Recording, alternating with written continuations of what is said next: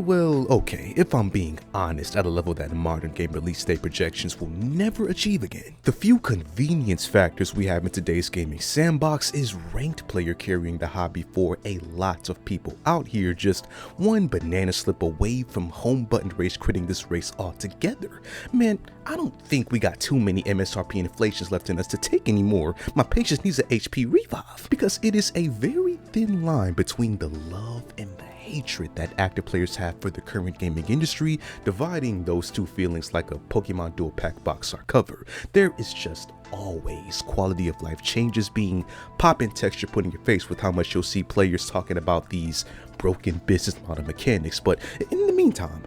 the industry itself can just stealth distract us with its convenience object throwing of things like subscriptions with hella games, multi-platform and crossplay support, remakes and ports for old games you remember originally dropping because we're all getting old as shit, and don't even think about forgetting probably the best convenience adaptation that almost every corner of the video game market has started investing into harder than terrible Unreal Engine 5 optimization, being the production and support of handheld-based gaming. You better believe that this side of the hobby is amazing right now with the sheer amount of options, and to some even piquing more enjoyment than the early 2000s era of almost yearly legendary handheld drops in this hobby, which half of those didn't even come with a backlight, so that bar was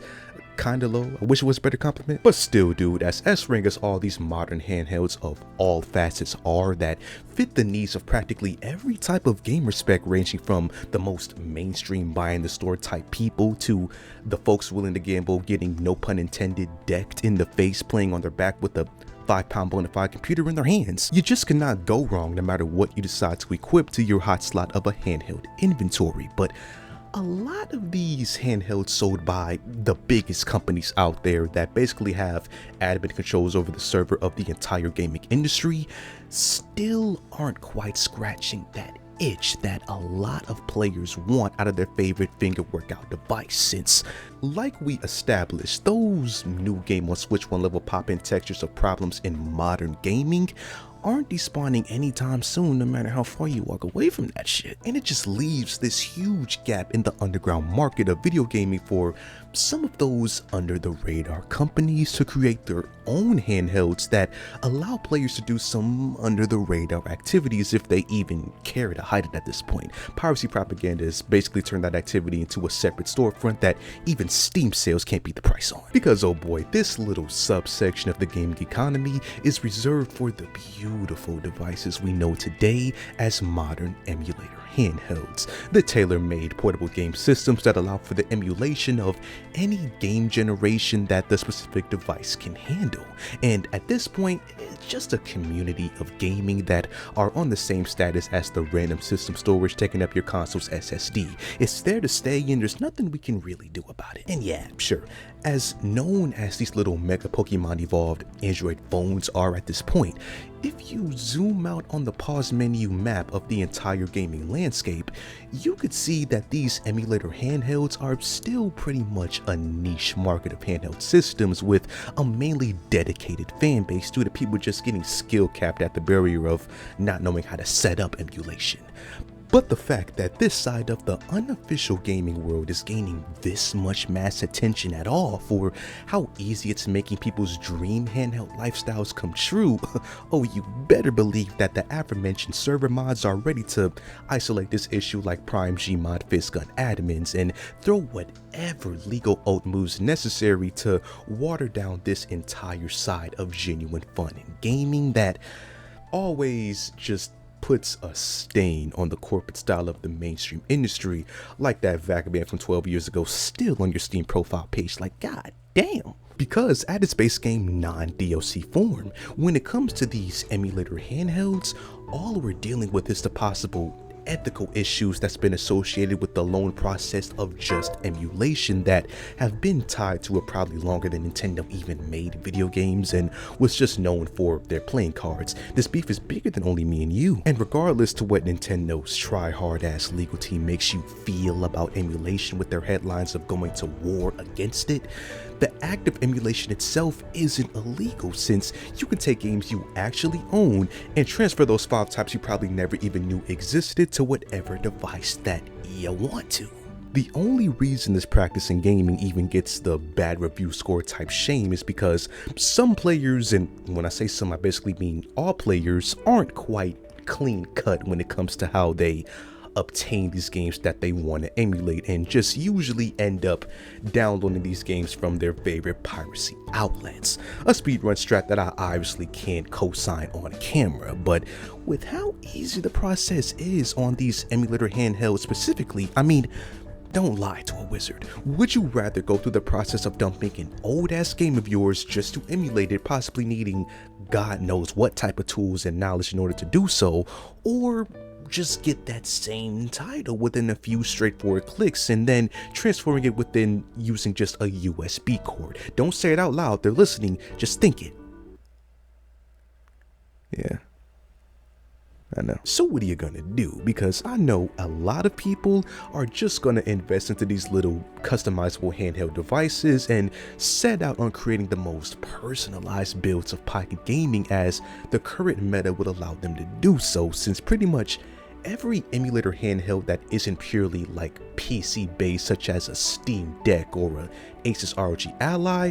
mostly uses an operating system of Android or Linux to be their backbone of computing, since both OSs are known for the amount of freedom that they allow users to express with their customization options, at least until Android decided to replace its last 6 letters with PPLE. Possible future emulation curves aside though, these handhelds from underground brands like Retroid, Neo, and Bernick all usually come with or have the option to install some of the most notable handhelds that have always been certified hood classics among players, like Dolphin, RetroArch, RPCS3, or basically anything that can be installed,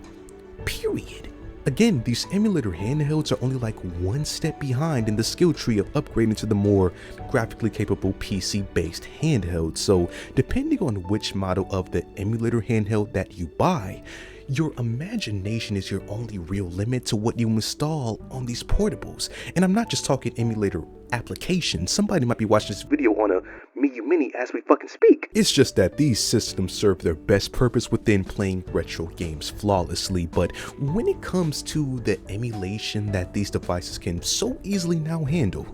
the only question that most players buying into these things really need to ask is, what are the few game generations that the specific system cannot run nowadays? Because even the most inexpensive hardware within these emulators can go crazy up to the early 2000s handheld and console titles with more ease than RuneScape on basically any computer in existence. Of course, if you want to slightly upgrade your experience, you could check out just a few more dollars for a mini handheld system that will be so unstoppable, it'll undoubtedly raise your standards from the current gaming industry, since the most powerful emulator handhelds out there can run pretty much every system up to the Nintendo Switch, with the exception of, PS4 and Xbox One only as of this recording. Someone is definitely deep in their Lester from Grand Theft Auto bag trying to figure this stuff out right now. But even still, with that, keep in mind that I'm only talking about the handhelds based on Android and Linux, so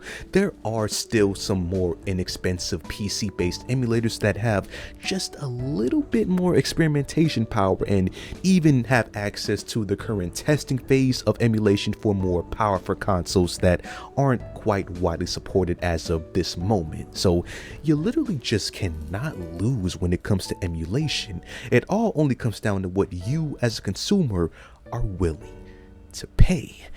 And when it comes to that expected PayPal damage you'll have to endure just to own one of these emulator handhelds, I'm happy to report that the damage will most times bounce off you like an early game enemy attack, since these emulators are usually affordable as hell, which is like their main selling point. The only thing that I would guess kinda deters players from possibly buying them outside of the emulation process, for those scared of reading of course, would probably be the means you would have to go through just to get the best price from these handhelds, and usually buy them directly from their manufacturers. Because don't get me wrong, you can go on American wage slave sites like Amazon and buy yourself an Anbernic, Trim UI, AYN, or something like that with ease. The only thing is, you'll probably pay an imported price tag due to these shippers importing these devices at whatever the price they got them at and wanted to flip them at a profit. So at the end of all that, you just might feel like you got hustled out of a price that you didn't really need to pay. However, it is much easier to just expand your online shopping horizons and order these devices from the overseas shipping sites that these handheld manufacturers are based in, with places like AliExpress, Alibaba, and obviously the official website of whatever, handheld company you're looking at from these usually Chinese originating companies. The process is as straightforward as buying anything else online that you don't really need, but due to the few horror stories that people have heard buying overseas regarding customer services, and then the whole current tariff situation making people fearmonger even more, there's just a wide range of people who won't touch these out-of-country markets with a 10-foot stick, which is a shame because most of the gaming shit, all the gaming shit that we already own is made pretty much overseas, but these same folks won't. Hey,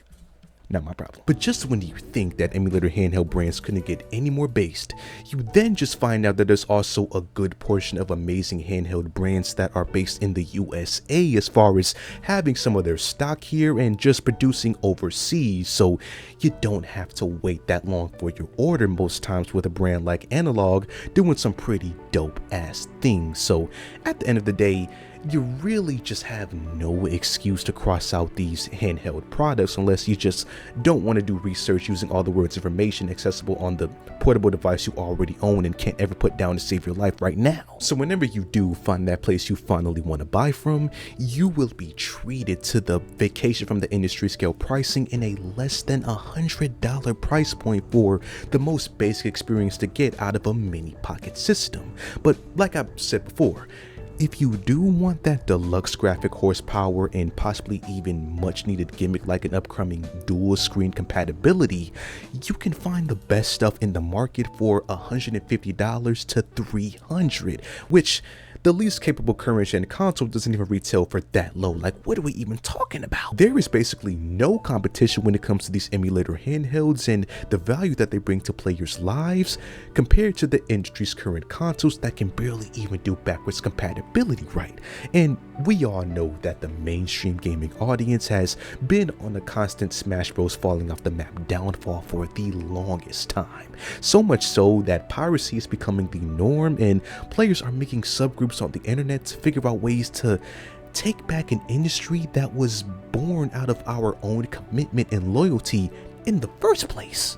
And yes, even in that heyday era of gaming, whenever that may be for you, the industry was never perfect. You could go to forums from the early 2000s and see people hate on consoles that we now consider classics, like it's funny as hell. But objectively speaking, the systems of today compared to the ones from back then just lack so much of the personal touch and even sometimes the value that made us fall in love with those devices we grew up playing with in the first place. Long lost pieces of value that people are getting now more than ever than they could have imagined with these emulator handhelds that not only take inspiration from the designs of the yesteryear handhelds and even builds upon them to give your fingertips an orgasm, but they also just fill that hypothetical thought in your mind of what it would be like if the industry did more to give players better access to older games, or even just stuff like a web browser, for God's sakes. Like, what timeline is this? So emulator handhelds will likely forever be the hacking player in the lobby using NoClip, to where game company executives will barely be able to even touch them. With how inexpensive and useful these sick little devices are, I genuinely can't find a reason for anyone fascinated with possibly playing older games in this expensive day and age to not own at least one of these systems. I mean, they are just the epitome of genuine fun to be had in this gaming hobby. I mean, there's a reason you'll see Reddit threads of people collecting these things like Infinity Stones. I mean, that's a little overboard, but at the same time, I get it. Listen, man, for every terrible decision that is made in modern gaming from an executive level, there is a correction in the form of a specific handheld variant that is made specifically for you based on your classic gaming needs. So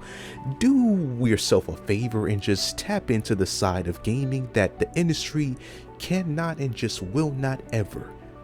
defeat.